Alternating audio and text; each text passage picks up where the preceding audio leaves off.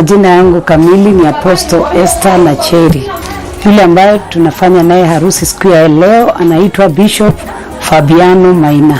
Tulikutana katika huduma miaka mingi kuanzia 2003, miaka zaidi ya 20. Nashukuru Mungu. Hii event haijakuwa rahisi, lakini nashukuru Mungu kwa maana Mungu alikuwa ndani. So mambo yote ambayo tumepitia ama challenges zote, tunashukuru tumekuwa washindi kwa kila challenge ambayo ilikuja kusimama mbele yetu, kwa maana Mungu alikuwa pamoja nasi. Wale ambao wangependa ama wanatamani ama wanatarajia kuingia katika ndoa takatifu, kitu ya kwanza ni kuambia kwamba wamefanya uamuzi mzuri na wamefanya uamuzi ambao utakaompendeza Mungu. Hilo ndilo jambo la kwanza, na washauri kwa kila jambo watakalofanya ama kusudia kutenda, waweke Mungu mbele ama waweke Mungu ndani, kwa maana wakiwakilisha Mungu katika shughuli zao, mambo yote itafanikiwa, kwa maana Mungu yupo pamoja nao. Majina yangu ninaitwa Joyce Waiganjo wa Mureithi Evangelist, na nimeokoka. Yesu ni Bwana. Siku ya leo ni siku kubwa kwangu, kwa sababu kwa neema ya Mungu nimepata kibali cha kushuhudia rafiki yangu wa miaka mingi Apostle Esther Nacheri akifunga ndoa takatifu na Bishop Maina, na ni furaha kubwa na ni siku nilitamani kwa muda mrefu, kwa sababu ninajua wapendo hawa, na ninataka kuambia ya kwamba leo ikiwa siku yao ya harusi yao, na watakia kila laheri, na watakia mema, na watakia siku mzuri, na siku hii iwe kumbukumbu ya mapenzi yao katika ndoa. Na ninataka pia ninenee wale wote ambao wanafikiria kufunga ndoa takatifu ya kwamba sio ngumu. Cha msingi tu ni kuwa na Yesu na kumtumainia Yesu, na pia niambie vijana wadogo ya kwamba marriages are working na marriages are sweet. Tumekuwa katika ndoa zaidi ya miaka 13 na tumeshuhudia kwamba zinafanya kazi, na tunashuhudia ya kwamba kuna tofauti wa kuwa katika ndoa kuliko ukiwa nje. Na we are looking forward for a successful wedding ceremony at the church Githurai 44 and thereafter a reception at the same place. Thank you. Tutakuwa na nafasi ya kusikiliza Baba Esther akiendelea tu Esther hapa, hata kabla ampeane pale, si ndio? Hawezi kosa maneno mawili ya kumwambia, na ama tumpatie nafasi ya kwanza amuelezee, alafu tumalizie na maombi, si ndio? Baba ya Esther, ningetaka unenee huyu msichana wako, kwa maana najua umemfanyia kazi kubwa akafika pahali amefika. Na sisi kwetu tunasemanga ya kwamba as long as mzazi yako hai, hata mtoto akifikisha miaka 100 bado ni mtoto. Sasa huwezi kosa maneno ya kuambia msichana wako siku kubwa namna hii. Sasa nataka nikupe nafasi umnenee vizuri, umnenee baraka, na tutafurahia. Mungu ni mwema, amenifanyia jambo nzuri sana katika kwanza nimshukuru na kumwambia Mungu asante kwa kunipatia Esther. Na naweza sema jambo kidogo kwa Esther, mtoto wangu. Nasema ni asante, umefanya vizuri kwa kunijulisha umepata mume wa kuishi naye. Na mimi nilikubali kuishi naye. Hivyo sasa mimi nakuombea baraka. Unapoenda kuishi kwa amani, na Mungu awabariki tena, wajenge kwa mwamba usiotingizika. Muendelee kuishi na amani, na baraka zake ziwe pamoja na yeye. Kwa nyumba amani iwepo, uzima ukuwepo, mipango yote ya shetani ambayo inaweza kuja kinyume Mungu apate kuondoa. Kwa hivyo jambo la mwisho ni kuombea tu amani. Bwana Mungu wetu, kumshie Baba Mungu jamaa kumtumikia. Yesu Kristo tukufu hapa hivi ya neema zako. Napoanza Yesu Kristo sikanisi Yesu.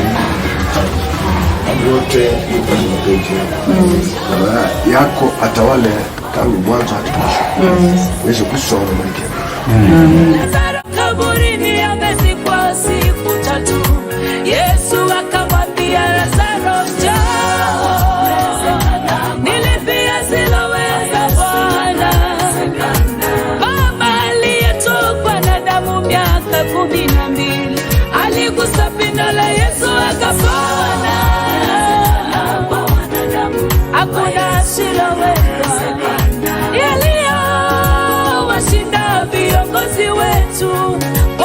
Yawezekana kwa wanadamu, kwa Yesu yanawezekana.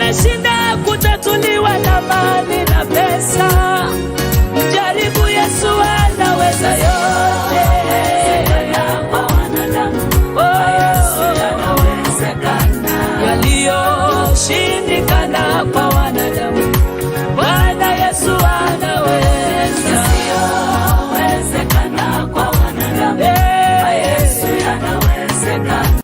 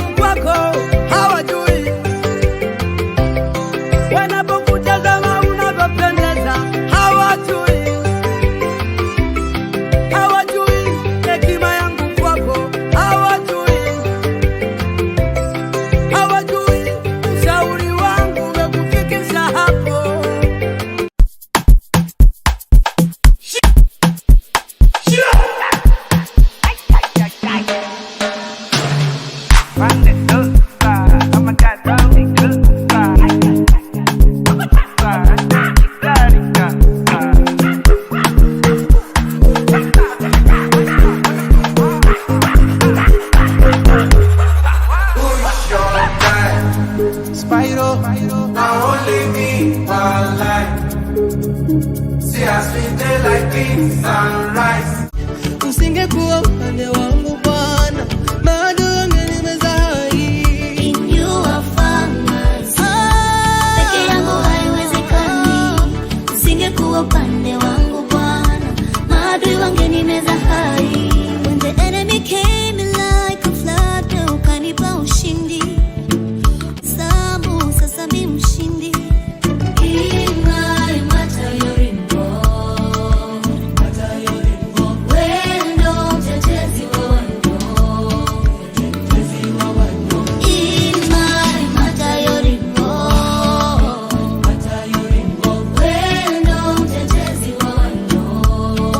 Usingekuwa upande wangu Bwana, bado ungenimeza hai. In you I found myself. Peke yangu haiwezekani. Usingekuwa upande wangu Bwana, bado ungenimeza hai. Oh, in you I found myself. Peke yangu haiwezekani. Usingekuwa upande wangu Bwana, bado ungenimeza hai. In you I found myself. Peke yangu haiwezekani. Usingekuwa upande wangu Bwana, maadui wangenimeza hai. Umenipiga bonge la surprise, kanifanya mimi wa thamani, na kupenda kutoka moyoni. You turn my morning into dancing. Umenipiga bonge la surprise, kanifanya mimi wa thamani, na kupenda kutoka moyoni. Turn my morning into dancing. Umenipiga bonge la surprise, kanifanya mimi wa thamani, na kupenda kutoka moyoni. You turn my morning into dancing. Umenipiga bonge la surprise, kanifanya mimi wa thamani, na kupenda kutoka moyoni. Turn my morning into dancing. Umenipiga bonge la surprise, umenipiga bonge la surprise, umenipiga bonge la surprise. Turn my morning into dancing. Umenipiga bonge la surprise, kanifanya mimi wa thamani, na kupenda kutoka moyoni. Turn my morning into dancing. Umenipiga bonge la surprise, kanifanya mimi wa thamani. Yeah, yeah, yeah. Ooh, ooh, ooh, ooh. Umenipiga bonge la surprise, ukanifanya mimi wa thamani, na kupenda kutoka moyoni. Turn my morning into dancing. In you I found myself. Peke yangu haiwezekani. Usingekuwa upande wangu Bwana, maadui wangenimeza hai. In you I found myself. Peke yangu haiwezekani. Usingekuwa upande wangu Bwana, maadui wangenimeza hai. In you I found myself. Peke yangu haiwezekani. Usingekuwa upande wangu Bwana, bado ungenimeza hai. In you I found myself. Peke yangu haiwezekani. Usingekuwa upande wangu Bwana, maadui wangenimeza hai. When the enemy came in like a flood, ukanipa ushindi. Ukanitengenezea tabasamu, sasa mimi mshindi.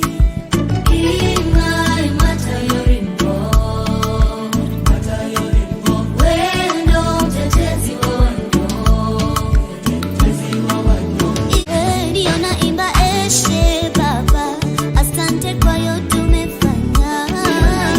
Eshe Baba, asante kwa yote umefanya. Ndio naimba eshe Baba, asante. Naimba eshe Baba, asante kwa yote umefanya. In you I found myself. Peke yangu haiwezekani. Usingekuwa upande wangu Bwana, bado ungenimeza hai. In you I found myself. Peke yangu haiwezekani. Usingekuwa upande wangu Bwana, maadui wangenimeza hai. Oh, in you I found myself. Peke yangu haiwezekani. Usingekuwa upande wangu Bwana, maadui wangenimeza hai. In you I found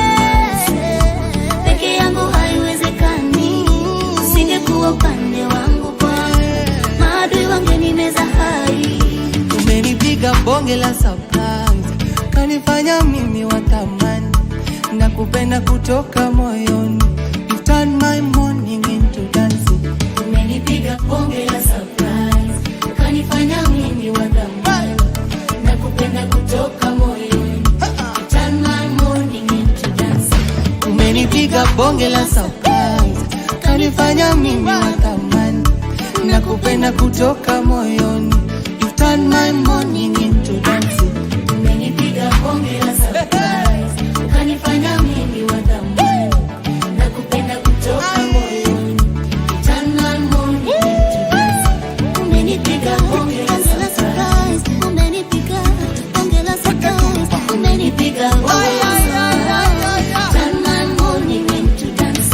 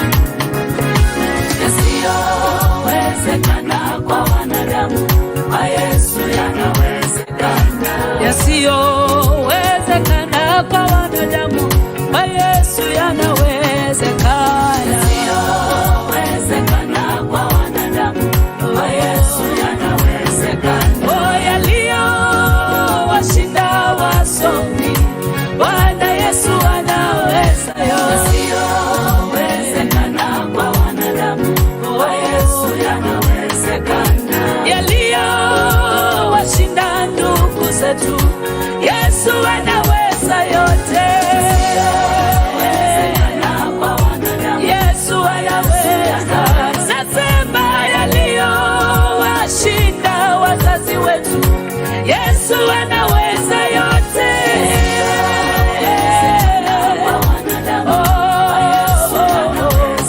Mbona unakata tamaa? Na Yesu anaweza.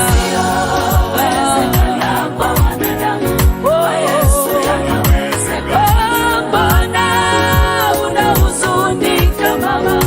Bwana Yesu anaweza yote.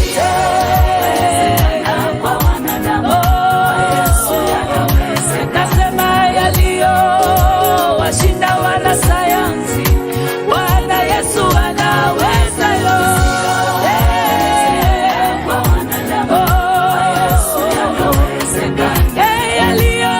Yaliyowashinda marafiki zako, Bwana Yesu anaweza.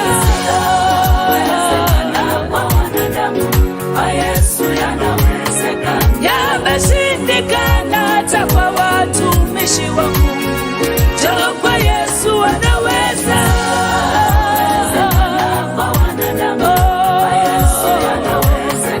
Oh, yaliyoshindikana kwa wachawi, oh, Yesu anaweza.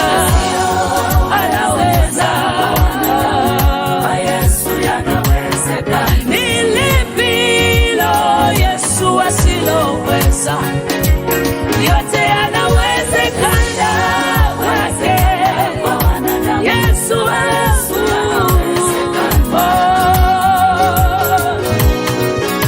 Yesu anaweza. Yesu ni muweza. Yesu anaweza. Anaweza.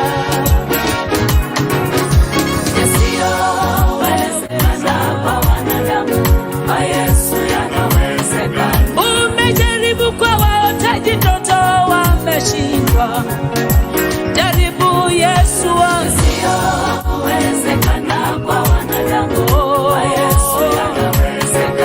Wanaotabiria maisha ya watu wamekutabiria, imeshindikana. Jaribu Yesu.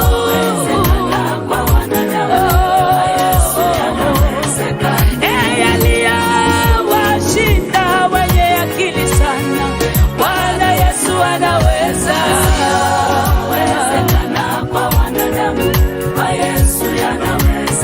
Kama Sara alipata mtoto uzeeni mwake, niambie nini lisilowezekana?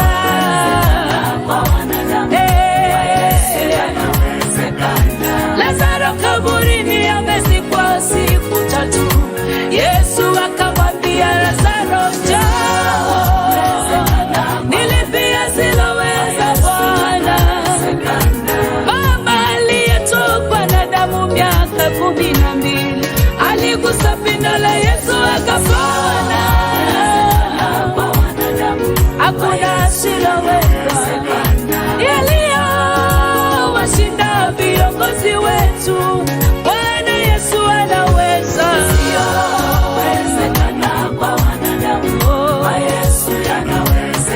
Yameshinda kutatuliwa na mali na pesa, mjaribu Yesu anaweza yote.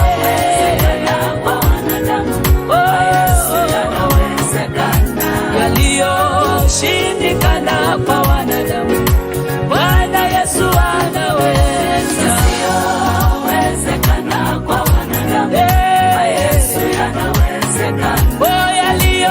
Yaliyoshindikana kwa wanadamu, Baba yangu anaweza.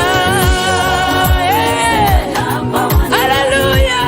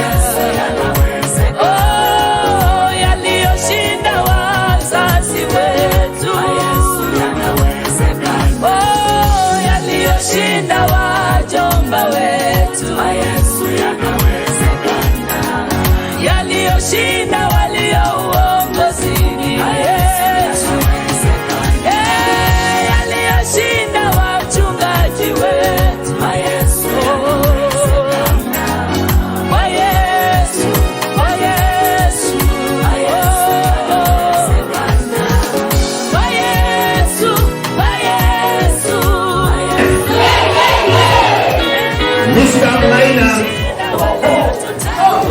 pale ulipo, ili furaha yetu isitimie ama itimie, tutaomba unyonyeshane hiyo, tujue kama mtoto Esther yuko ndani ya sherehe hiyo, ama umeletewa Kanyaboya, sisi tukale pilau kwa mtoto hizi. Haleluya! Sema wawa! Machoni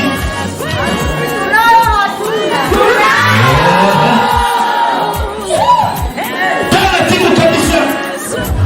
Manina taratibu, usije kuambiwa ni haraka hiyo. Taratibu baba, taratibu kijana wangu. Kijana wangu taratibu. Shika yake taratibu. Anaangalia. Kijana mdadusi kweli. Kijana mdadusi sana. Anaangalia taratibu. Jamani, anaangalia taratibu. Anaangalia taratibu. Tunaendelea kuangalia taratibu. Anashuhudia.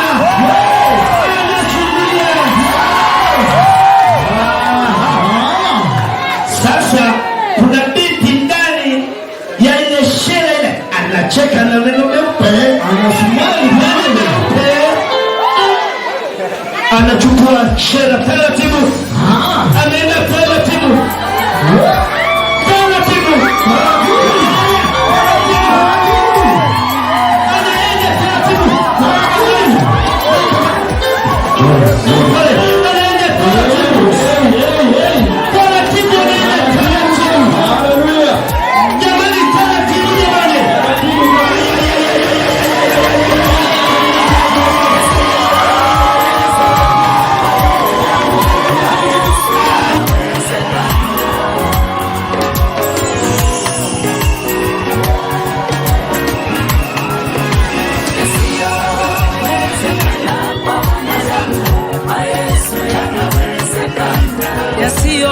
yasiyowezekana kwa wanadamu, kwa Yesu yanawezekana.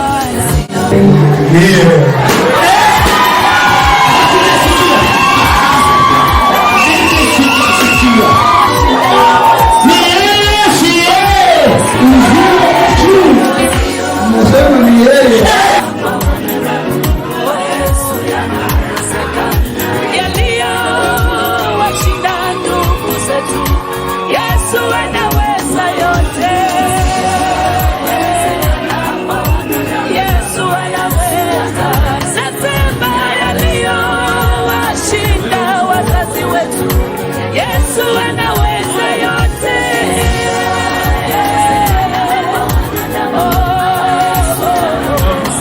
Mbona unakata tamaa?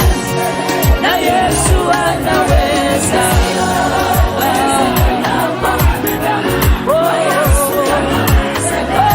Mbona unahuzunika mama? Bwana Yesu anaweza yote.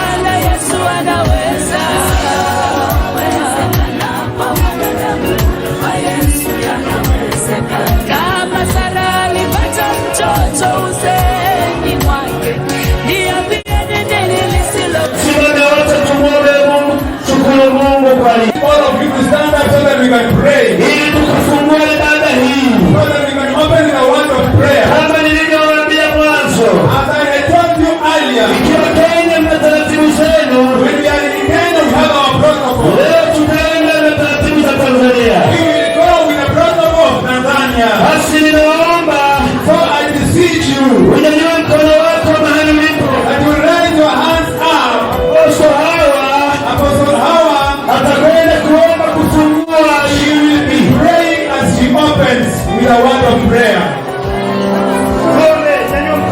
Pray. Hallelujah. Let us pray.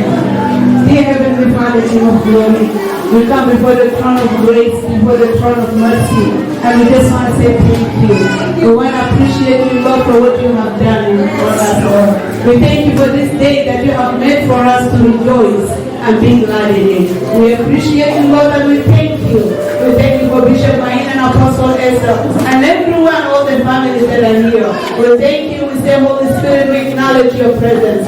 We say we can't do it without you, Lord. We acknowledge that we need you even now. In Jesus' name we are praying thanksgiving. Say amen. Say amen. Say amen. Say amen. Basi nitaomba mwekee viti hapo walipo kwanza. So I will ask that you bring chairs where they are. Matroni na patroni wao naomba mwekee viti wapumzike kidogo. Matron and the protector. Wakati huo nitakwenda kupata wimbo kwa kifupi kabisa. I will get a song in a very short moment. Kwa mamlaka iliyopewa na Mungu, By the powers and authority given by God, bila kupoteza muda, without wasting time. na baadaye tutakuwa na mahubiri. Afterwards we shall have preachings. Nina kazi ya kwenda kuwauliza Maina na Esther ambao wamekuja hapa leo mbele yetu. I just want to ask Bishop and Esther who have just come forward. Na jambo hili linatakiwa liwe na mashahidi. Biblia inasema, And concerning this, we need to have witnesses. mkinikiri mbele za wanadamu, If you can confess me before men, Mungu amesema na yeye, and then God says, sema na yeye, and him, na yeye and him, atakutetea. he will be on your side. Kwa hiyo So therefore, Bwana Maina, kijana wangu, Maina, my son, unajua mimi ndo nafikisha ndoa hii. and it is me who is officiating this. Vijana sio wanaoana. These young people are getting married. Jamani, huko hamjaelewa, vijana si wanaoana. Young men are getting married. Na mimi mzee wao si ndo nawafundisha ndoa. And me as their father just want to teach them what it means by marriage. Harusi yenye baraka. A wedding full of blessings. Mfungishaji kutoka Tanzania, The officiator from Tanzania. na mhubiri kutoka USA. The preacher from USA. Tupige vigelegele. Haleluya. Basi msema kijana Maina, nitakwenda kukuuliza maswali ule kiapo mbele ya kanisa lililoko mahali I just hapa. want to ask you so that you can confess this before the church. Karibu. Welcome. Mimi Fabiano Maina Yehodio na kupokea wewe Esther kuwa mke wangu. I receive you, Esther, as my wife, niliyechagua, whom I chose, kuwa nawe siku zote za maisha yangu, to be with you all days of my life, kuanzia leo, as from now, katika hali njema ama mbaya, in all situations, katika umaskini ama utajiri, in riches and in poverty, katika ugonjwa na uzima, only sickness and life. Nitakupenda na kukulinda. I will be for you and to safeguard you siku zote tutakapoishi sote wawili. All days that we shall live together, two of us. Ee Mwenyezi Mungu nisaidie.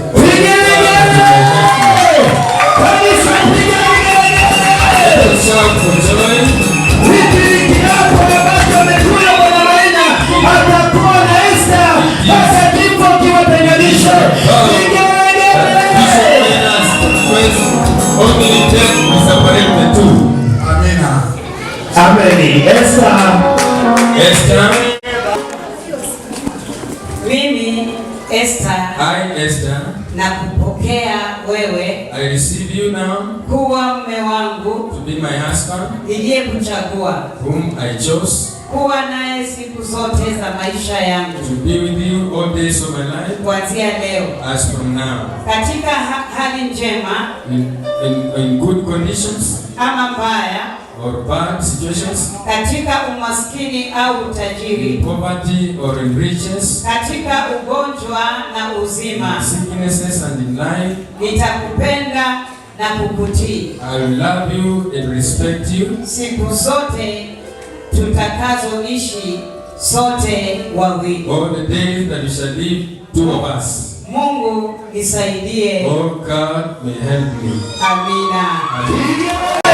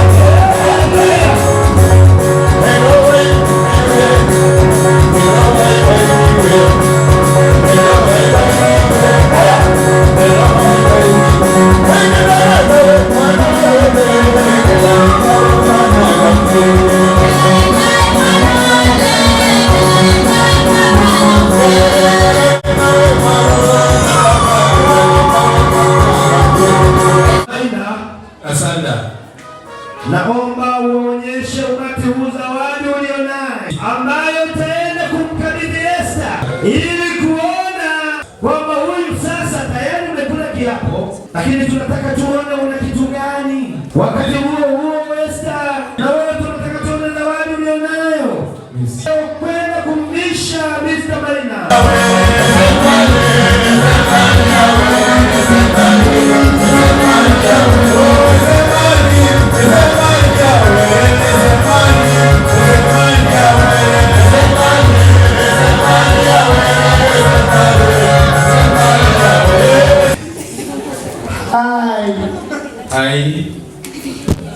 Mkono wangu umeshindwa kubeba, sijui ni kilo ngapi. My hand is touching something here. I don't know if it's weighing how many kgs. Hawa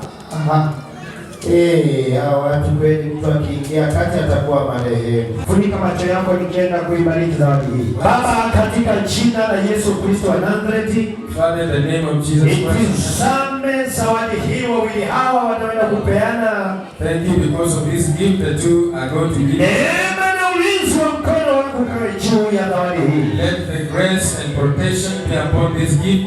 Ninavunja kila mizimu wanaopitia kwenye zawadi hii. I break every spirit against this. Ninaharibu kila kazi mbaya inayopitia mahali hapa. I break everyone that may. Ninaachia neema ya upendo. I release the grace of love. Naachia neema ya nguvu. I release the grace of Kwa love. jina la Yesu mtu mmoja asome.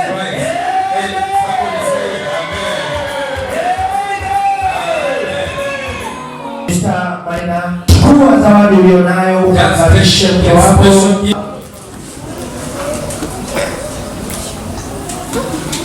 Valishe mke wako taratibu. Put it slowly and your wife. Amejua kabisa Esther kwamba hawa watu wanaotoka pande ile hawajui vidole, wacha nikusaidie. Esther is saying these people from the other side, they don't know clearly the fingers. Let me assist you. Sema Esther. Maina, sema Esther. Maina say Esther. Ninakuchukua wewe sasa. I take you now. Kuwa mke wangu wa ndoa takatifu. Be my beloved wife. Nitaendelea kukupenda. I will continue to love you. Kama tulivyokula kiapo. As we vow together. Mungu anisaidie. Oh God, may help me. Amen.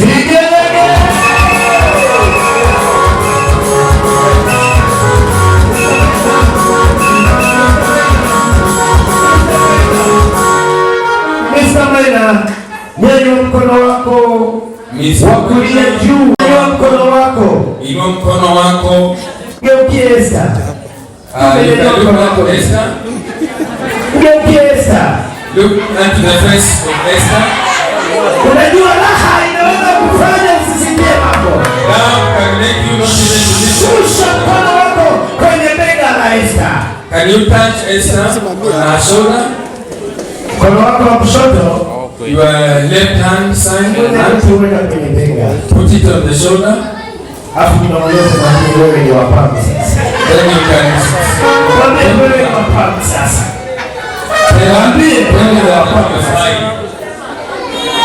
Tell her, just tell her.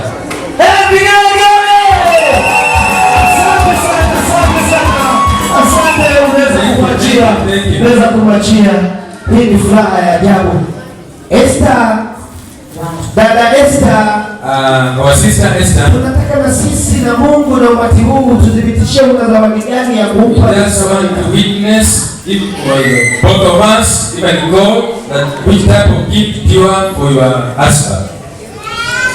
Yes. Nyanyua juu, wapiga picha. Raise it up. Nyanyua juu kwanza hiyo. Raise it up so that we can see. Ai.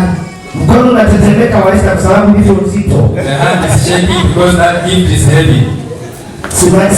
Simtulie, utavalishwa. Relax.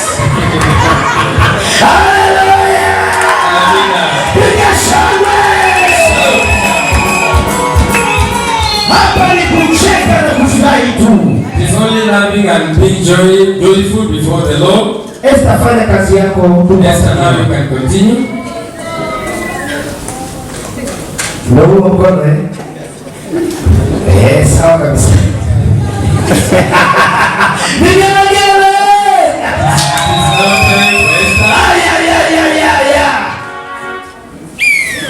Sema Mr. Maina. Mr. Maina. Na kuchukua wewe kwa mume wangu kuanzia leo. Thank you now. Na kuchukua wewe mume wangu kwa siku ya leo. Yes. Kama kile kiapo ndicho hapa mbele za Mungu na mbele za kanisa. Kama kile kiapo ndio hapa mbele za Mungu na mbele za kanisa. Nitakuheshimu na kukutii. Nitakuheshimu na kukutii. Mungu nisaidie. Mungu nisaidie.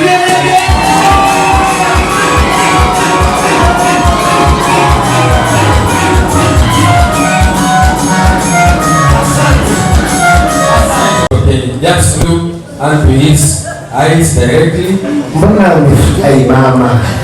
Esther is so excited. Shusha mkono wako kwenye bega la Maina. Just touch on her shoulder, his shoulder. Nyanyua na mkono wako wa kulia. Then you can raise the right hand.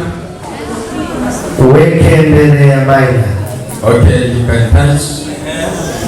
Sasa unachotakiwa kukifanya mdogo wangu. So what are you supposed to do? Sogeze taratibu. Just move closer. Amsogeze asimsogeze. Just move closer. Tulie kwanza. Relax. Mimi sinauliza tu. Amsogeze asimsogeze. I was only asking. Sogeze asimsogeze. She moved closer or not? That's it. Let her move closer to Mr. Maina. Sogeze taratibu. Let her Sogeze taratibu. move closer.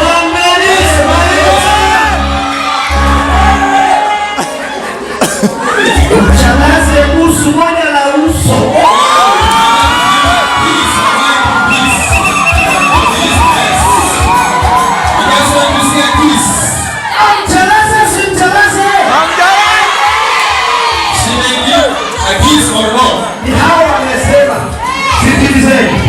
Sikilizeni. Sitapewa nauli ya kurudi Tanzania au mtanichangia? It's from the public demand that you may give a kiss. Apige busu asipige busu. Piga busu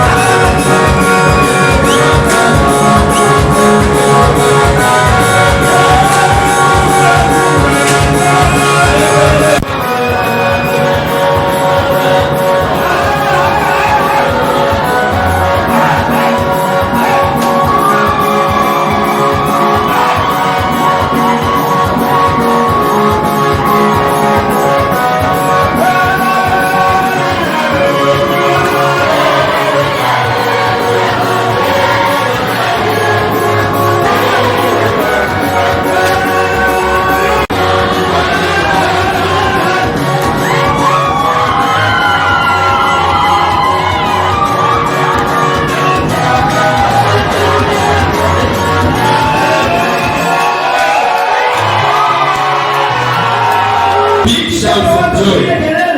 If I need people to shout, I just tell Esther just to kiss his husband. Basi wimbo ndio special karibuni wakati wanaenda kuweka sign. Okay, as they sign, we shall continue singing. Maswali wakati yanashinda dakika.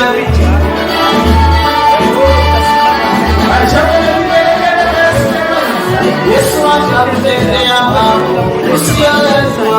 Yesu atakutendea mambo usiyoweza. Yesu atakutendea mambo usiyoweza. Yesu atakutendea mambo usiyoweza. Yesu atakutendea mambo usiyoweza. Yesu atakutendea mambo usiyoweza. Yesu atakutendea mambo usiyoweza. Yesu atakutendea mambo usiyoweza. Mambo usiyosikia, jicho linaona, hayo ndiyo Mungu wetu anamwandalia.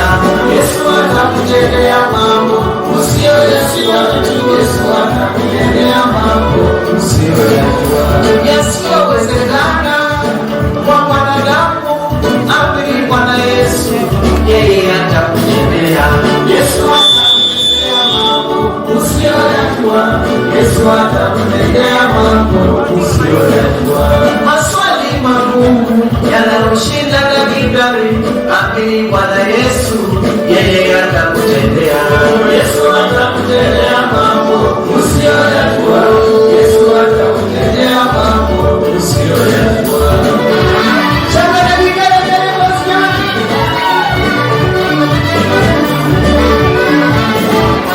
Yanayoshinda waganga na wapiga ramli, amini Bwana Yesu, yeye atakutendea. Yesu atakutendea mambo usiyojua. Yesu atakutendea mambo usiyojua. Yesu atakutendea mambo usiyojua. Yesu atakutendea mambo usiyojua. Yesu atakutendea mambo usiyojua. Atakutendea mambo usiyojua. Akisema ndio kama kupiga.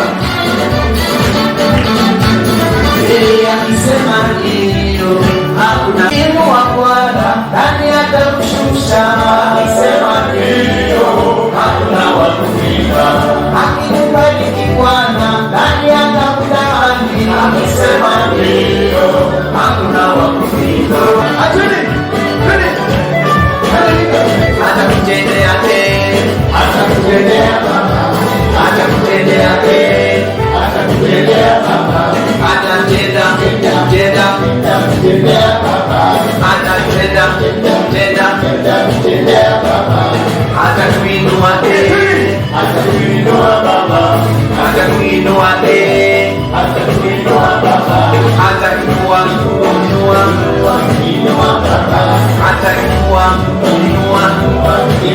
Baba, atakubariki Baba, atakubariki Baba, atabariki Baba, atabariki Baba.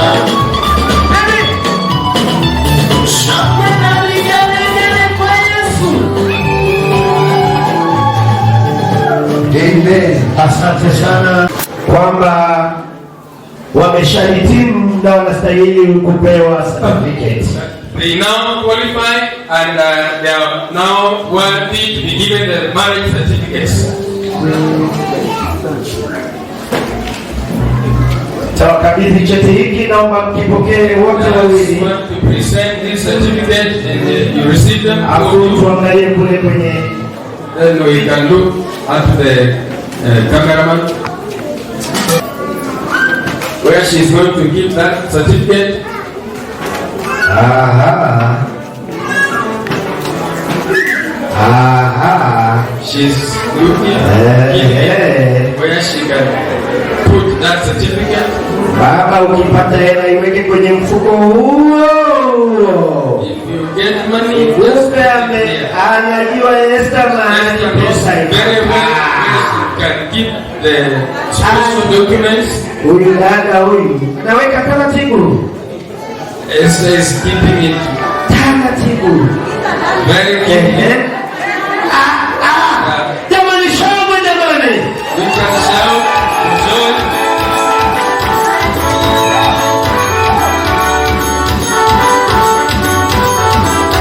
Alisema pesa, nimeshakubali ulichosema.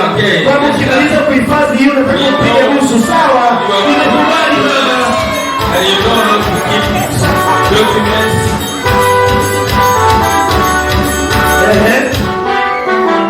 Welcome. Apostle. Sisi tuko tayari. We are ready. Tuhubirie, tufundishe. Preach unto us, teach us. Mungu akubariki. God bless you. Piga kelele na makofi. As he comes to preach. Hallelujah. Hallelujah. Hallelujah. Indeed, we had fun in the presence of God. I'm so happy. Right here. So before we sit down, I would like to call on Nana, if she's around, to come and usher us to the presence of God with one worship. Hallelujah. We need to worship God for what He has done. Tunafaa kumwabudu Bwana kwa yale This is ametenda. not the work of man. Hii sio kazi ya It's binadamu. by His grace. And we just want to worship Him Ni and say neema, thank you. ni neema ya Mungu, lazima tumwabudu, tuseme asante. You're welcome, Nana.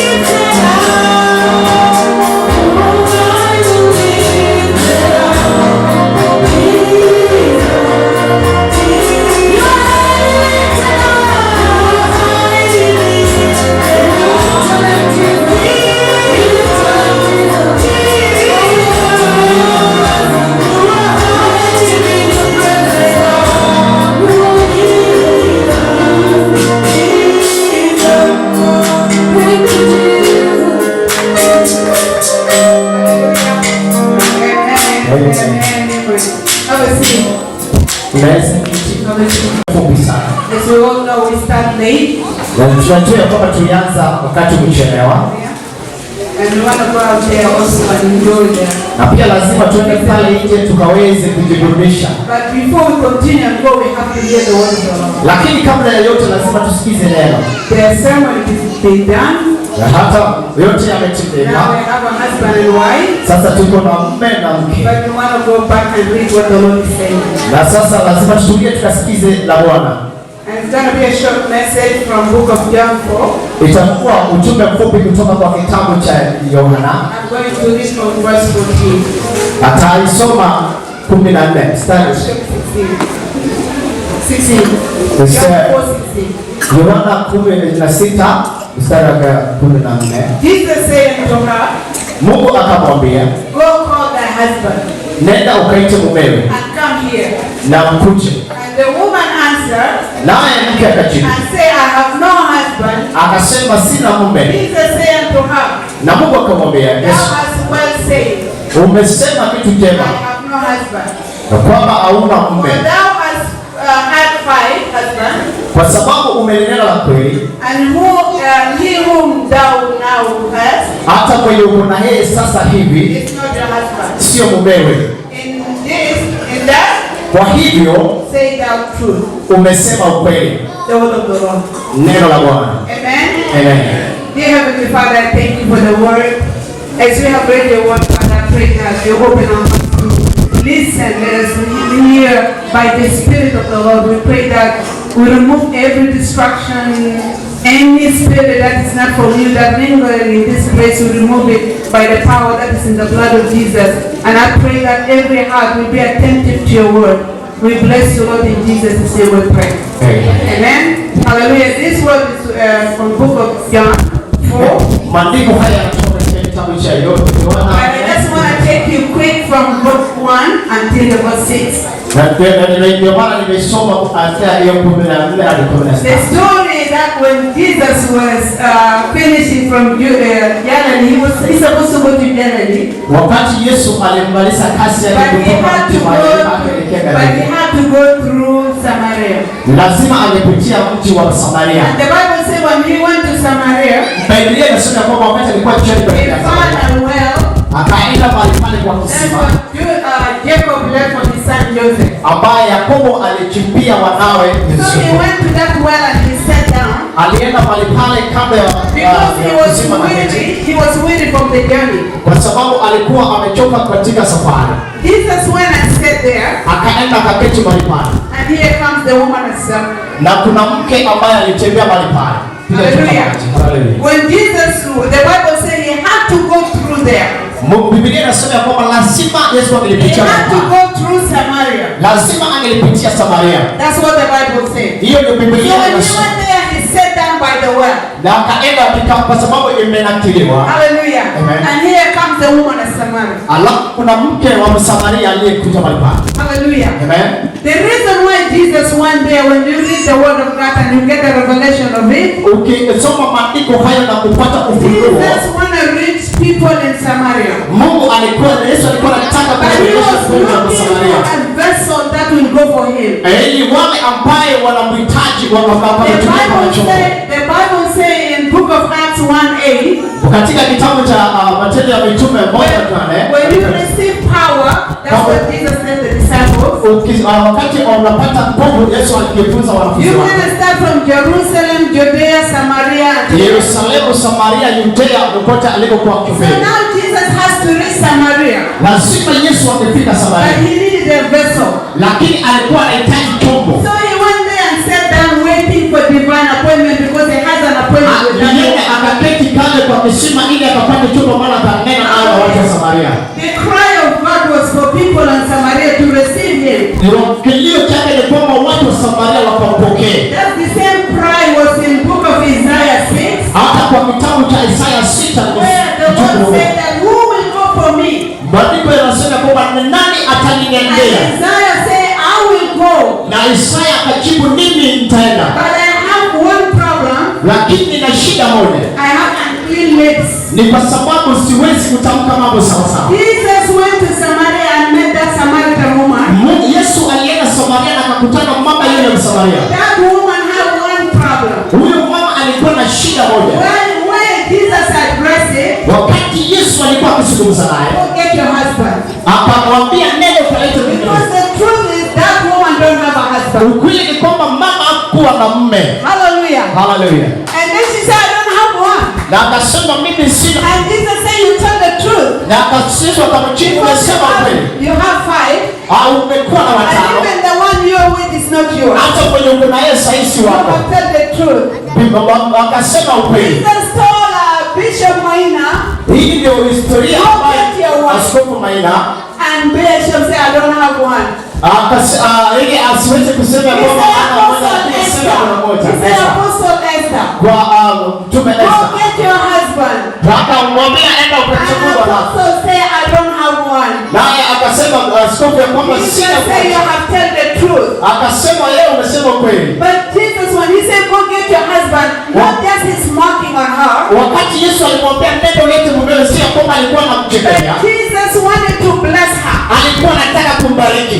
Jesus know that her life is not good. Yesu aliona maisha yake yasio sawa sawa. Jesus wanted to bless her. Ndio maana alikuwa anataka kumbariki. Go get him. Akamwambia nenda umlete. And the Bible says when Jesus was talking to her, wakati Yesu alikuwa anazungumza naye, Biblia inasema all the disciples went to buy food. Wakati huo wanafunzi wake walienda kununua chakula. And I was thinking why these people are not there when Jesus was talking. Akajiuliza mbona watu hao hawakuwa na Yesu wakati and these are the disciples of Jesus. Hawa ni wanafunzi wake Yesu Kristo. And then we begin to have a revelation. Hiyo inaleta ufunuo. If these people would have been there, kama wangelikuwa mahali pale wanafunzi, would have interrupted Jesus. Wengine wangeharibu mahusiano ya pamoja. Jesus, don't let them get married. Ndio maana pengine this woman is not a good woman. Kwa sababu wangesema huyu sio mke mwema. This husband is not a good husband. Wao pengine huyu mume huyu sio mke mwema. Having 5. Lakini kwa sababu amekuwa na 5. Jesus don't see like the way we see. Lakini Yesu si anaona jinsi tunavyoona. Jesus has a plan in life of that woman. Hata akamhurumia yule mama. That woman was a great evangelist. Ni kwa sababu yule mama alikuwa mtumishi mkubwa. Was a great prophet. Alikuwa mtumishi mkubwa sana. Angeenda hata dunia mzima. Lakini hiyo haikumsimamisha Yesu. Kama wangelikuwa wanafunzi wake, wangemwambia hapana Yesu. Ukiona hata wakati Yesu akielezea wanafunzi wake anataka kwenda katika wakamwambia hapana usiende mahali. Akakuwa Sasa Yesu akamwambia kwamba kulikuwa na shida kule Samaria. Yesu akawatuma kule ili akaweze kufikisha lengo lake. Na wakati wale bado walikuwa wanazungumza, wakati alimaliza na yule mama, wanafunzi wake wakarejea.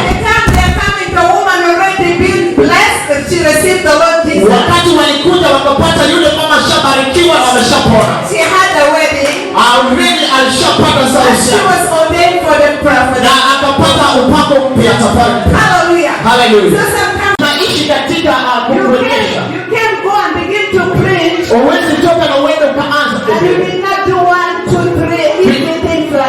Bila kufanya moja ama mbili tatu kabla ya kuanza. And now Jesus have to go back and start from that place of getting her married to her husband. Ndiposa Yesu alianza naye na akamponya katika ndoa. Hallelujah. Hallelujah. The same God huyo Yesu that met Samaritan woman akamkuta yule Msamaria. He came to Kenya and he had to go through Kenya. Alipitia Kenya ili Because he wanted Kenya to be saved. Alikuwa anataka Kenya ibarikiwe. And he was calling, who shall I send? Akasema ni nani naweza nimtume? And somebody answered the cry. Na mtu akajibu akasema, Bishop Maina said, I will go. Askofu Maina akasema ni mimi. I have problem. Na akasema ni mimi na wewe. Apostle Esther said, I will go. Naye mtume akasema ni mimi. I have this problem. Mimi niko na shida hii. God says okay. Na sio hiyo ndio kupitia kubarikiwa kwa Kenya kama hiyo. All I did is not Apostle how I did this. Wakati hiyo wote ambao nimefanya ni kwa sababu God say I have servants in Kenya. Mungu anaye watumishi wake. That are going to win Kenya Kenya for me. Watashinda Kenya, watashinda kwa ajili yangu ama kupita kwangu. Sometimes we look with the eyes of man. Wakati mwingine tunatazama kwa mtazamo wa binadamu. What Jesus is doing. Lakini tuelewe yale Mungu anafanya. The Bible says in Genesis. Maandiko yanasema katika kitabu cha Sarah told Abraham to let Hagar go. Wakati Mungu alikuwa ananena na Abrahamu ili akaweze kuoa. Abraham was not happy. Abrahamu alikuwa tu because of his wife and his child. Akiwa na mkewe na mtoto. But God visited Abraham. Na Mungu akamtembelea Abraham. And said, don't let this thing make you upset. Akamwambia kwamba usiachilie kazi ya mtume. Sarah is right. Akamwambia kwamba because my purpose with Sarah, not with that one. Kwa sababu mimi kiwango changu kwa Sarah is against Hagar. Hata pengine inaweza kuwa ni tofauti na mipango. Lakini hiyo ilikuwa lengo lake kupitia Sarah. That's what with Sarah and Isaac. Sarah na Isaac kupata kitu huyo. Alikuwa anaona Israeli kwa sababu ya ushindi. Na Mungu akafunua ama akatoa kwa sababu ya Israeli. God is not against one another. Mungu sio muhimu katika mwingine ama mmoja. We see to twins.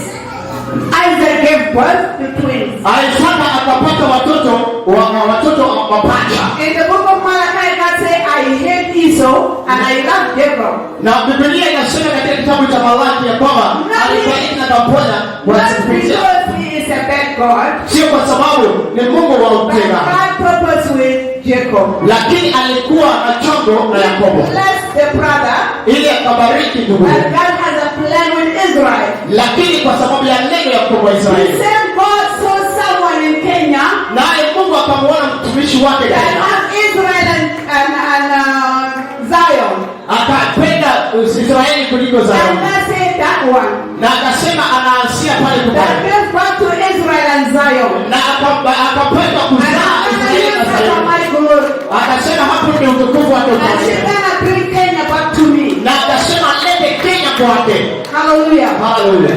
So sometimes when things happen like that, wakati mwingine mambo yakitendeka kama find yourself like that Samaritan woman. Hakuna sema ya kwamba nilikutana na Samaria mke. Have 5 of them. Ameshakuwa na waume na wanawake. That day God blessed her with one. Alikuwa na 5 lakini Mungu amembariki na mume mmoja. Hallelujah. Hallelujah. And even in the story of Hagar, hebu fikiria hata story ya Hagar. When she was leaving, wakati alikuwa anaondoka. I love her story. Napenda historia yake. Because she did not get bitter. Kwa sababu hakuwa na uchungu. Hallelujah. Hallelujah. She went and she has the story in Genesis 16. Maandiko haya yameandikwa katika kitabu cha Mwanzo 16. Where she said that now I see the God that saw me. Anasema kwamba ninaiona na uvumilivu wake pia kwetu. All she did, yote aliyotenda, although she lost the marriage, wakati sasa alipopoteza, her eyes was fixed on Jesus. Macho yake yalikuwa her eyes was fixed. The Bible says, lift up your eyes up to the hills. Maandiko yanasema kwamba inua macho yako kwa Where our help come from? Baraka zetu zatoka wapi? Our help come from heaven, from the ukombozi wetu watoka kwa mlio, kwa Mungu wetu ambaye ni mlio wetu. Hallelujah. Hallelujah. So today we are here. Leo tuko hapa because God himself, kwa sababu Mungu mwenyewe has chosen a bishop and apostle in Kenya. Mungu amemteua askofu na mtume wake leo and for his own purpose. Na ni kwa sababu ya kazi yake. And I begin to meditate and say, God, is it because he had Zion and Israel? Na mimi nikauliza ya kwamba kwa sababu Mungu anapenda Israeli na Zion. Kama ni Zayoni, Israel is the apple of God's eyes. Basi Israeli because God is against the other children. Si kwamba Mungu ako kinyume na watoto, lakini ako na sababu. And we have to come in agreement with the purpose of God. Anaweza akakuja kwa ndoto lakini akatimiza jambo. Hallelujah. Hallelujah. So if you're here, kama ukiwa mahali hapa, so open your heart, lift up your eyes to God. Hebu inua macho yako utazame Mungu. Let this marriage be a blessing to you as well. Wacha hii ndoa ikawe baraka kwako. Hallelujah. Hallelujah. Because the Bible says Jesus told the Samaritan woman. Kwa sababu ndivyo anasema Mungu, Yesu akamwambia yule mke wa Samaria, umekuwa na 5. And the man that you're with now, hata mwenye uko na yeye mume sasa hivi, is not your husband. Sio mume wako. Because you can be living with a man, unaweza kuishi na mume, but it's not your husband. kumbe sio mume. You can be living with a woman, unaweza kuwa na mke. But it's not your wife. Kumbe sio mkewe. We don't believe when you go to Sharia, the Sharia house is okay, can give a certificate. Pengine unaweza enda Sharia house ukapewa And cheti. they can declare you married. Na wakatangaza wakaamuru ya kwamba But umeoa. as a Christian, Lakini maisha ya we Wakristo believe our marriage tumekuwa katika hiyo it maisha. has to be acknowledged by Jesus Christ. Lakini sio jinsi Yesu Kristo anavyotaka. Hallelujah. Hallelujah. I don't know who you're sitting next to.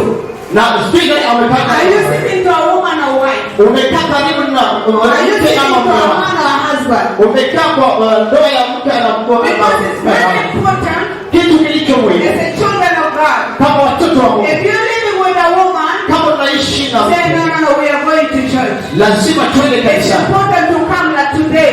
Lazima tuende na wewe leo. Apostle Esther, home Bishop Maina say we are going to church. Tume Esther anashika mkono wa askofu Apostle say we are going to church. tunaenda kanisani askofu I'm not anaongea. gonna live with a man. Ni hivyo I'm mimi not gonna live with a woman. sio tu But kuishi I need a husband. lakini ule wa And kweli. Jesus said, go bring her. Mungu Yesu akamwambia Jesus nenda said, ule. go bring him. Go enda ule. Maybe today you are with wife. Hata wewe pengine uko na mke leo ama uko na mke. But God said, bring her. Nenda ukamlete Maybe Yesu. you're living with a man. Pengine unaishi na God mke. said, bring him. Biblia inasema God mlete bless you. ili Mungu akubariki. Amen. Amen. God loves you. Mungu And anawapenda. God has a plan for our life. Na Mungu anasema Not to harm, lakini sio but to give kutumika. us future. Lakini If kutumika. one of us here, Wewe leo hivi. I don't know what you're going through, Sijui nini unapitia. what you lost in life. Sijui nini It umepoteza could kwa be maisha. marriage, Sijui ni it ndoa. could be whatever. Pengine ni kile But the ambacho God that made Hagar in the desert, lakini Mungu ambaye it is available today for you. kuna kitu ambacho He said, God that went and sat by the well, ni kwa sababu yeye ambaye the woman did not know that's a divine appointment. ule mke hakuwa She anajua was kwamba Yesu just going Kristo through a anazungumza. daily routine. La alifikiria ni kama kitendo cha She kawaida. was just going to get the water. Akaenda kuchota maji kama Because kawaida. that's her daily routine. Kama vile anafanya kawaida. But she didn't know that the Lord, the maker of heaven and the earth, Lakini hakujua kwamba Mungu the one that saw her in her mess, ni yule ambaye amemuona kwa matendo the yake mabaya. one that see her with that dirty life, Ambaye anamuona yale anayatenda is kwa just Mungu. sitting there waiting for you. Alikuwa ameketi mahali pale And the anangojea. same God is waiting for you. Huyo Mungu The anakungojea. same God is calling you to come. Huyo Mungu anakuita. Don't conclude your story. Usimalize ama The Bible usimalize said story. when Naomi lost everything, Hii maandiko yanasema ya kwamba Naomi alipopoteza kila kitu. she's coming back with her daughter Ruth. Alipokuja na bintiye Ruthu, Naomi concluded her story. Naomi alifunga historia They yake. called her Naomi, Anamwita and Naomi. she said, no, I am bitter. Akasema pana Just call me Mara. pengine kwa sayansi Just call me bitter. pengine alikuwa na ukali uchungu And she didn't know na hakuelewa that God is not done with her. la kwamba Mungu hakuwa amemaliza naye. When they came back, Wakati the walirejea, connection was done between Ruth and Boaz. Mungu akatengeneza uhusiano mwema kati ya Ruthu na Boazi. The blessing came back to her. Naye sasa baraka zikamrejelea. When Ruth gave birth to Obed, Wakati Ruthu alizaa Obed, she took the blessing and gave it back to Naomi. akachukua ile baraka na kuirejesha kwa Naomi did Mungu. not know that God actually has a plan for her. Hakuwa anaelewa Naomi ya kwamba baraka zinaweza Now she kupitia became katika the Ruthu. lineage of Jesus Christ. Kwa sababu hakuwa ameachia kwa mikono. Because when we talk always about Ruth. Wakati alikuwa anazungumza vibaya kuhusu You cannot talk about Ruth without Naomi. Hauwezi kuzungumzia Ruthu na umekimwacha Naomi. Don't conclude your story. Usiwahi maliza It historia doesn't yako. matter what you lost. Ni kwa sababu Mungu anaweza You have the kukupa. heart of restoration. Lakini hapo na He is forever lives. yeye tu ndiye anaishi And he loves you. na anakupenda. And we are here today because of him. Kwa sababu tunaishi hivi kwa leo kwa chini yake. Because his eyes searching the earth. Kwa sababu macho yake yanaangaza ulimwengu. He told the disciples the gospel will go from Jerusalem, Judea, Samaria. Akaambia wanafunzi wake tunaenda Yerusalemu, Judea. We in the end now we done with Jesus done with Samaria. Mungu alimaliza na Samaria. And now he's in Kenya. Na leo hii sasa okay. Hallelujah. Hallelujah. Praise Jesus. Bwana asifiwe.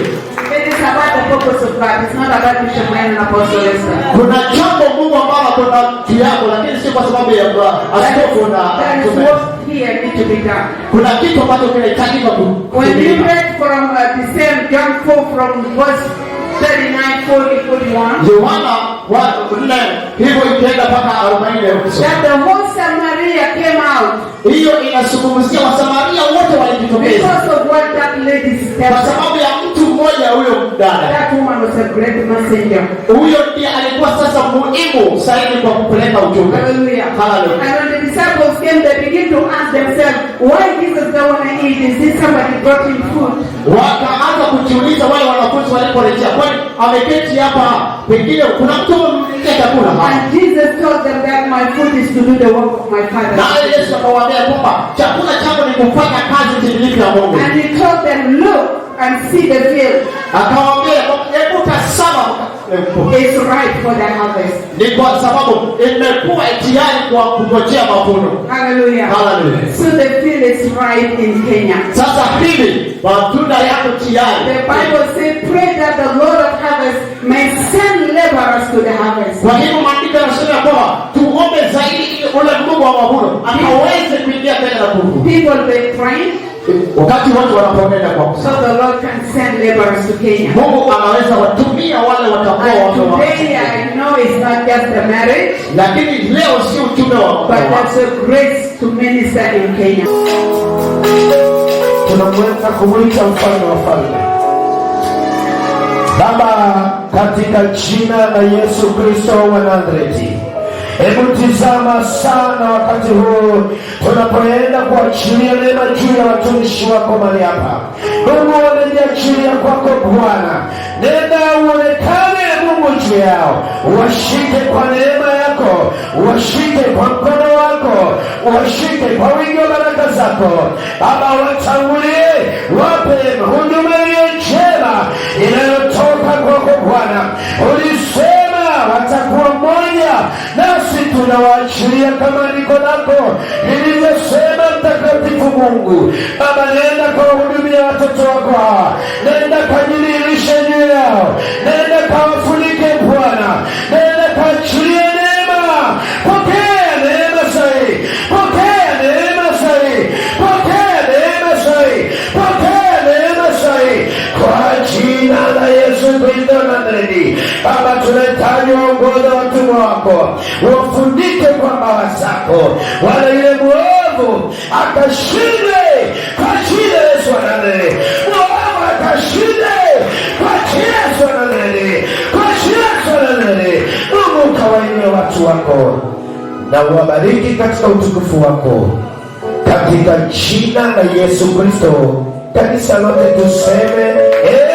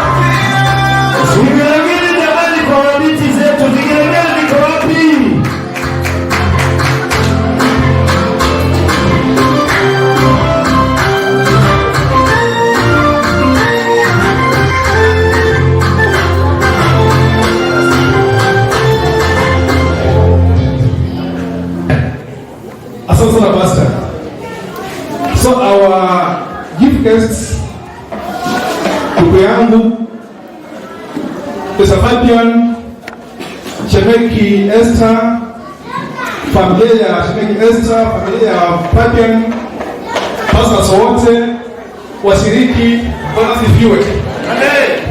Mimi ni furaha kuu sana.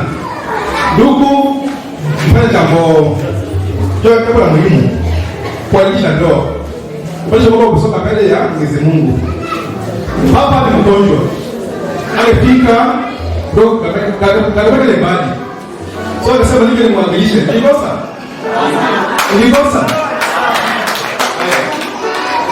So baba alisema mpokea salamu zake.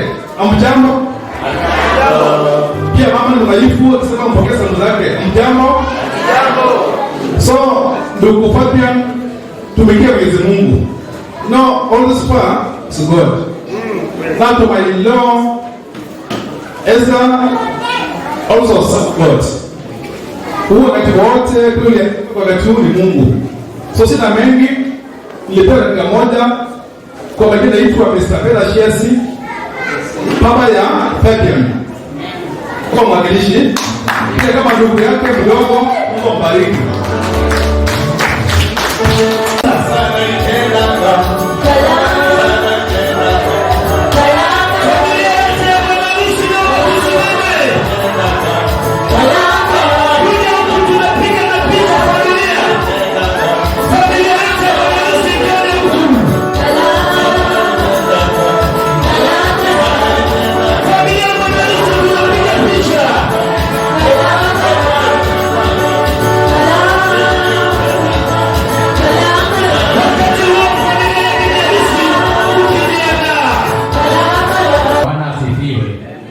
Nashukuru Mungu kwa sababu ya uwepo wake.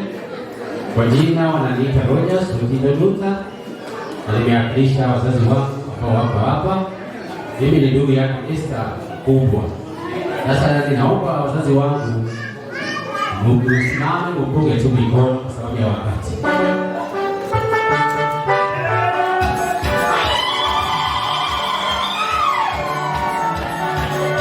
Hawa ni wazazi wangu, mnawaona, na tunashukuru Mungu sana. Na naomba Esther, najua kwamba wewe ni mtu ambaye umeokoka. Tukiwa watoto wadogo mpaka saa hii ulisimama kwa neno la Mungu. Na hii siku ya leo imefanyika hivi kwa sababu ya Mungu. Sio kwa uwezo wako, sio kwa nguvu zako, bali ni nguvu za Mungu. Na huyo Mungu ambaye alitengeneza siku ya leo kukaa jinsi hivyo, upate kumtumikia, na yeye apate kukutumikia. Usimsahau Mungu wakati wowote. Upate kuomba Mungu kila wakati.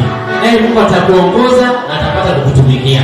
Mwanadamu anaweza kukuacha, wazazi kama sisi ama ndugu yako kama yeye ndio mkubwa nitakuacha. Lakini Mungu hatakuacha kamwe. Kwa hivyo hiyo ndio shauri zangu ambazo naweza kukupatia, na kwamba uwe mwaminifu kwa Mungu. Ukisha kuwa mwaminifu kwa Mungu, uwe mwaminifu kwa shemeji wangu huyu Bishop Maina. Na Bishop Maina, uwe mwaminifu kwa dada yangu.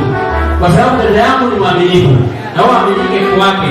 Naye Mungu atapata kuwabariki na kuwainua. Na kabla sijakaa chini, mimi sikuzaliwa mwanaume peke yangu. Kuna wengine warembo kabisa hata kama Esther huyu. Tafadhali simsimame tu kulipa kaimbo kidogo. Ndio kidogo.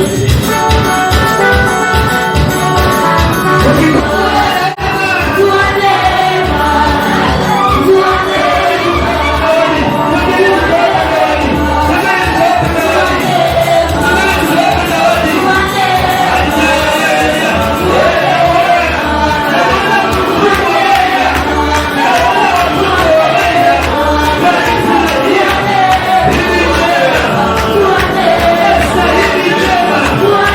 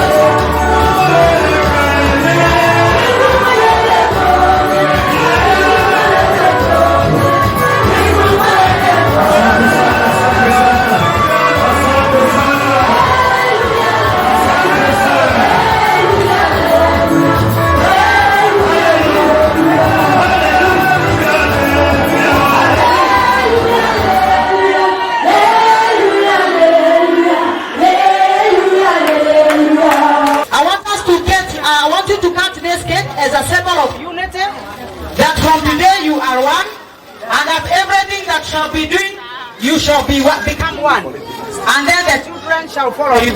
So tunataka kutangaza ya kwamba kutoka siku ya leo wachungaji hawa wa Mungu watakuwa kitu kimoja na watafanya kazi kwa umoja, wakiwa pamoja kwa ushirikiano katika jina la Yesu Kristo. Na ninataka wakaweza kushika kitu hiki. I want you to hold this knife. Mkiwa pamoja. Na ninataka sasa muanze kukata keki. Lakini kabla tuweze kukata, ni kawaida ya mama wakati anapika chakula kinaweza kuombewa kwanza. Kwa hivyo nataka Apostle Esther aweze kushukuru. I want her to give thanks because of our cake. This will be the first fruit ambayo watakula after their marriage. So I want Apostle to give thanks so that we can cut it. Baba, katika jina la Yesu Kristo, tunakushukuru, tunakuinua Bwana, tunasema ni asante. Jina lako litukuzwe, jina lako lihimidiwe. Mbele yetu kuna keki ambacho ni chakula kimeandaliwa jioni ya leo. Baba, tunapoenda kukata keki hii, tunaomba Bwana ikawe ya baraka. Tunaomba tunapoenda kutumia tukabarikiwe kwa jina la Yesu Kristo. Nimeomba hata na kuamini. Amen. Tupigie makofi mazuri. Ndio maana unaitwa Jehova. Ndio maana unaitwa Jehova. Sema utatenda.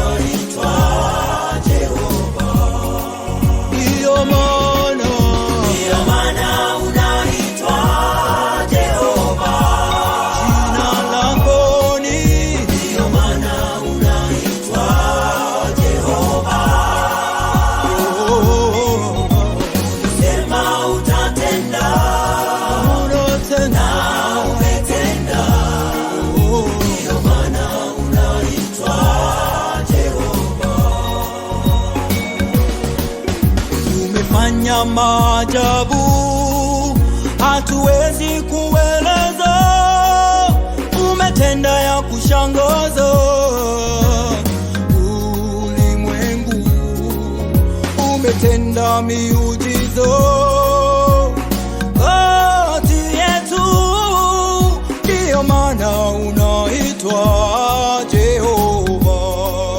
Jehova, ndio maana unaitwa Jehova. Oh, Jehova, ndio maana unaitwa Jehova. Maana ulisema, sema utatenda, na umetenda, ndio maana unaitwa Jehova. Oh, oh, oh, oh, oh, Jehova, ndio maana unaitwa Jehova.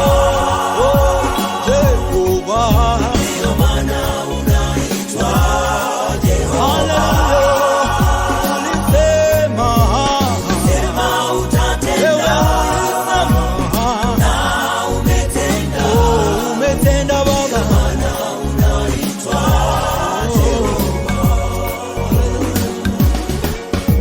Jehova. Huchelewi wala hukowi, mkono wako sio mfupi wa kutokutenda, maana ulioahidi kweli umetenda, ndio maana unaitwa Jehova. Oh, oh. Ndio maana Bishop from UK. We have our Bishop from US who has spoken to us very well, a very wonderful and a very good one today. You have become a blessing to us and to this family, and so we want this family to honor you just with a piece of cake as an appreciation sign to you, and to tell you thank you. And together with them, we raise our voices to tell you thank you. We love you, Mama Bishop.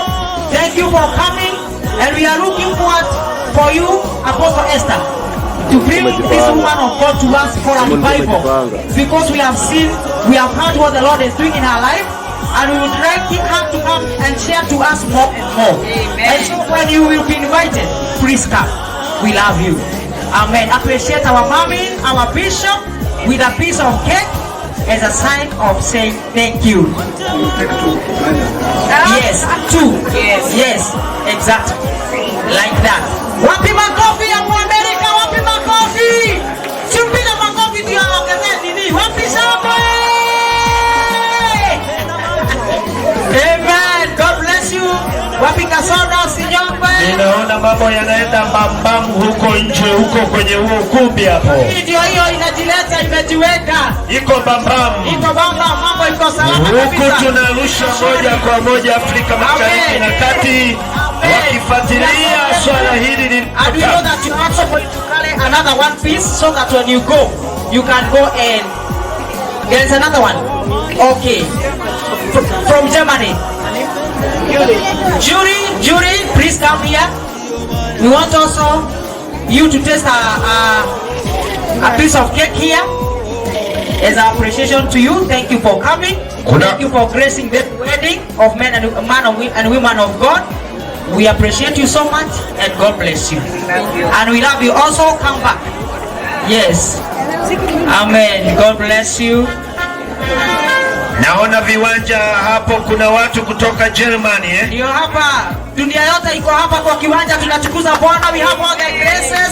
Tuko na neema zote kwa uwanja huu, umewakilishwa vizuri. Tunashukuru Mungu, hii ni neema kubwa kwa doa hii, ni ishara kwamba doa hii ni ya kimataifa. Katika jina la Yesu, na tumeshapokea unabii kwamba jamii hii inahubiri sio tu Kenya bali mataifa yote. Na hii itadhihirishwa leo kwa sababu ya Mungu kuleta hizi graces zote. And we receive them all in Jesus name. Na kwa hivyo karibuni tutajitayarisha kutuma hawa wapendwa wao huko, waende Amerika, waende UK. We will send them to Germany to go and preach. Because they have just received an international anointing and grace. Hiyo keki. In Jesus name. Hiyo keki. Amen. Sasa nataka I want our best couple. I think you can come here. Nafikiri pia tuko na Pastor Moredi here. Ambaye amefanya kazi shwari kabisa, ametembea na Bishop leo. Na kwa hivyo ningetaka aweze kuheshimiwa na jamii hii siku ya leo. Mtu bingwa sana huyo mtu. Ndiye huyu the big man. Anaitwa Pastor Moredi Jackson. Ndio. Tunashukuru sana, we thank God for you, man of God. God bless you.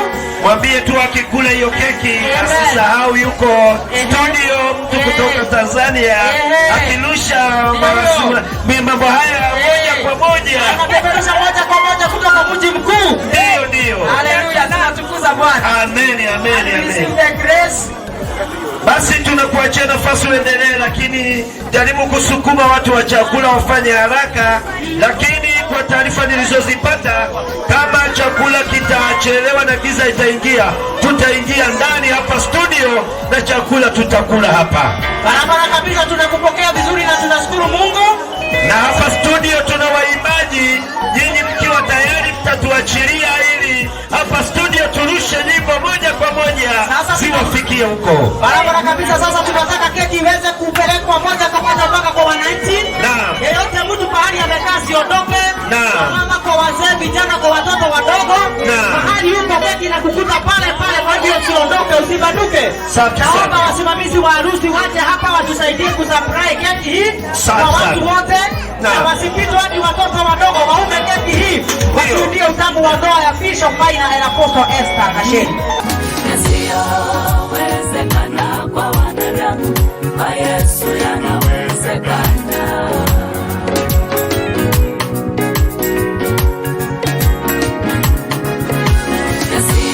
Yasiyowezekana kwa wanadamu, kwa Yesu yanawezekana. Yasiyowezekana kwa wanadamu, kwa Yesu yanawezekana.